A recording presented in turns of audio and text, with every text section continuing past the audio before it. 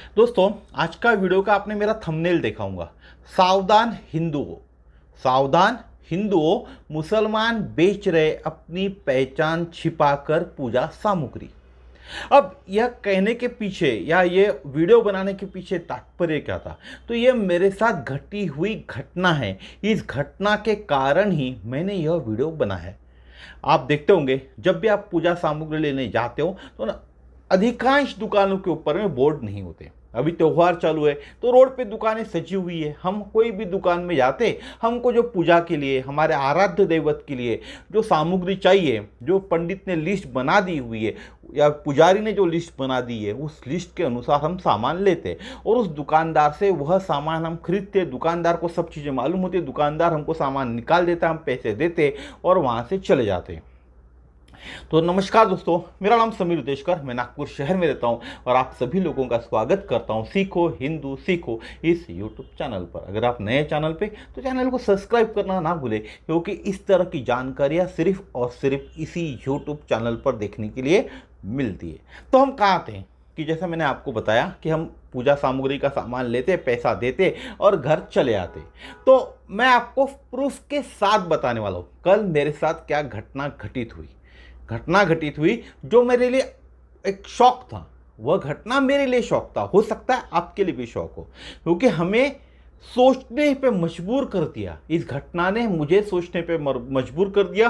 हो सकता है यह वीडियो देखने के बाद आपको भी सोचने पे मजबूर कर देगा। तो आपके सामने कुछ अभी फोटोज चल रही है, ठीक है। ये दुकान की फोटो है और इस दुकान के अंदर में मैं गौरी, हवन के लिए गौरी यानी गोबर के कंडे जिसको बोलते हैं, मराठी में उसको गौरी बोलते हैं, और जिसको हम इंग्लिश में हिंदी में बोले ना तो गोबर के कंडे लाने के लिए इस दुकान में गया था। यह पूजा सामग्री की दुकान थी, मार्केट में सजी हुई थी। यह देखकर वहाँ मैं सामान लेने के लिए यानी गोबर के कंडे लेने के लिए रुक गया। मैंने उसको पूछा, ये गोबर कंडे का पैकेट भी आपके सामने आ रहा हूँ।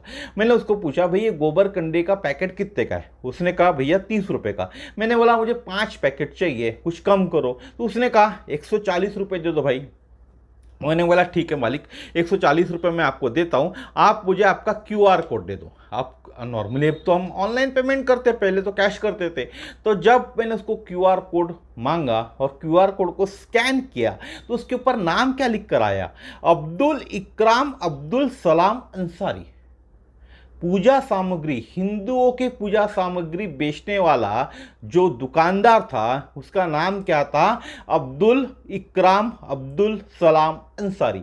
उस दुकान पे कोई भी बोर्ड लगा हुआ नहीं था, सिर्फ पूजा सामान वो बेच रहा था। वो देखकर मैं उसके दुकान पे गया था, ठीक है। और अब यह नाम देखकर, मैंने तो पेमेंट तो कर दिया, तो ये नाम देखकर चौंकने की बारी मेरी थी, क्योंकि यह हिंदू नहीं है, मुसलमान है, और उसे पूजा में कौन सी सामग्री लगती है यह भी जानकारी थी। हिंदुओं की शादी हो या दूसरे मंगल कार्य में क्या सामान लगता है वह भी उसे मालूम था। बिना कोई सवाल किए हम हिंदू लोग इन दुकानों से पूजा की सामग्री या शादी ब्याह में या हमारे घर में जो मंगल कार्य होता है उनमें सामान इन दुकानों से खरीदते। अब यह वाकया जब मेरे साथ हुआ तो मेरे सामने, मेरे आजू बाजू में कुछ और लोग थे, वह भी पूजा का सामान खरीद रहे थे।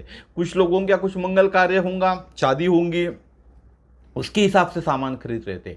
तो वो दुकानदार, जैसे एक हिंदू आदमी या हिंदू दुकानदार को मालूम होता है कि हिंदू के अंदर में, हिंदू के घर में या हिंदू के परिवार में, हिंदू के त्यौहार में, हिंदू के शादी में किस तरह की सामग्री लगती है, वैसी सामग्री वो निकाल कर दे रहा था। जब वो सामने वाला व्यक्ति जो सामान खरीद रहा था, जो पंडित ने दी हुई या पुजारी ने दी हुई सामग्री की लिस्ट पढ़ रहा था, वैसे वैसे वो दुकानदार बिना गलती के सामान निकाल कर दे रहा था। अब यह देखकर मैं अचंभित हो गया और अधिक खोज करने के लिए मार्केट में चला गया। तो हमारे यहाँ सीताबर्डी करके भी एक मार्केट है नागपुर के अंदर में, वहाँ भी फुल मार्केट के अंदर में एक दुकान है पूजा के सामान बेचने वाली। और उस दुकान को भी आप देखोगे ना तो सामने सिर्फ पूजा की सामग्री लिखी हुई है, लेकिन वह भी एक मुस्लिम भाई की दुकान है।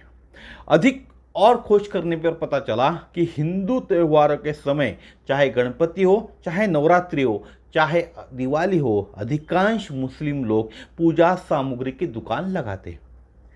अधिकांश यानी 90% मुस्लिम लोग ही पूजा सामग्री, जो हिंदू लोगों के पूजा में लगने वाली सामग्री है, वह अधिकांश 90% मुस्लिम लोग ही बेचते हैं। हम लोगों को यानी हम हिंदुओं को इस पर कोई आपत्ति होनी नहीं चाहिए और ना ही आपत्ति है, लेकिन पिछले कुछ सालों से मुस्लिम दुकानदारों द्वारा, कुछ, मैं पूरे मुस्लिम की बात नहीं कर रहा हूँ, कुछ मुस्लिम दुकानदारों द्वारा खाने पीने की चीज़ें और अन्य खाद्य पदार्थों में थूकने के मामले देखे गए। यह हमने टीवी में भी देखा और मालूम भी चला, यूट्यूब पे भी देखा, अलग अलग सोशल मीडिया पे भी देखा। इसलिए यह चिंता का विषय हम हिंदुओं के लिए। जिस दुकान से हम सामग्री खरीद रहे पूजा की, वह मुसलमान भाई बेच रहा है, तो जो थूकने के मामले अभी देखे गए हुए रिसेंट के अंदर में, इसीलिए यह हमारे लिए चिंता का विषय बना हुआ है। दुकानों पर नेम प्लेट नहीं होने से हम लोग पहचान नहीं कर पाते यह दुकान हिंदू की है, मुसलमान की है। दुकान के ऊपर तो नेम प्लेट नहीं है ना, जिसको लगाने के लिए बीच में आपने सुना भी होगा, टीवी में न्यूज़ चल रही थी, लेकिन बाद में उसको खारिज कर दिया गया। तो दुकानों पे नेम प्लेट नहीं होने के कारण हम पहचान नहीं पाते कि दुकानदार कौन है। यह चिंता का विषय इसलिए भी है कि हम हिंदू लोग पूरी श्रद्धा से भगवान के लिए पूजा सामग्री खरीदते हैं, लेकिन वह सामग्री कितनी पवित्र है यह हम नहीं जानते।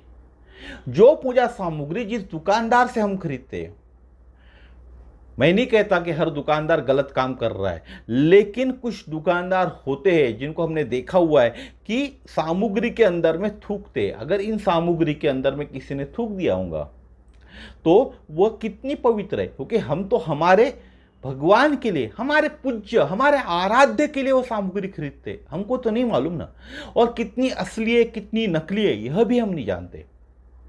मैं ये नहीं कहता कि हिंदू लोग जो दुकान चलाते वह असली चीज़ें बेचते, वह भी नकली चीज़ें बेचते, लेकिन यह चीज़ कितनी असली है कितनी नकली है यह हम नहीं जानते। कितनी पवित्र है यह भी हम नहीं जानते, यह भी हम नहीं जानते।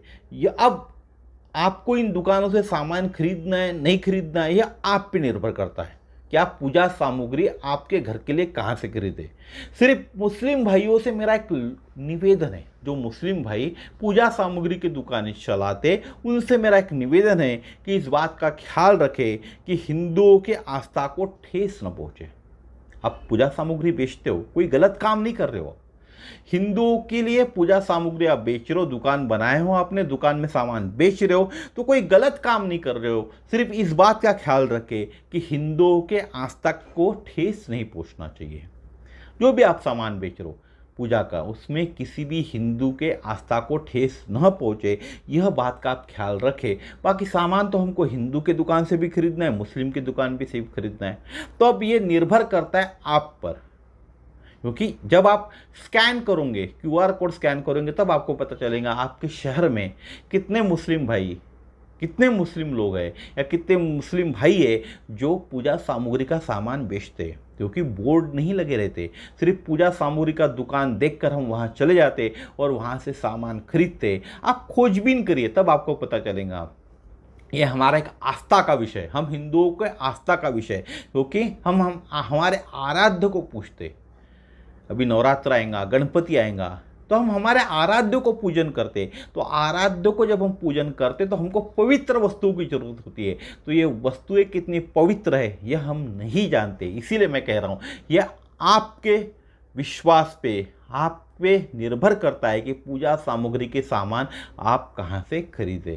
तो दोस्तों, कहने का तात्पर्य यही था कि आज के वीडियो के माध्यम से मैंने आपको बताने की कोशिश की, आपको सावधान करने की कोशिश की कि आप जो पूजा का सामान खरीद रहे हो, एक बार चेक कर लो कहाँ से खरीद रहे हो, कहीं कितना पवित्र वो सामान है। हमारे आराध्य को हम पूज रहे हैं ना, कहीं कुछ अपवित्र तो नहीं है ना उस सामान के अंदर में। यह हमारा काम है, हम हिंदुओं का काम है, हमारे धर्म को बचाने का काम हमारा है, किसी और का नहीं है।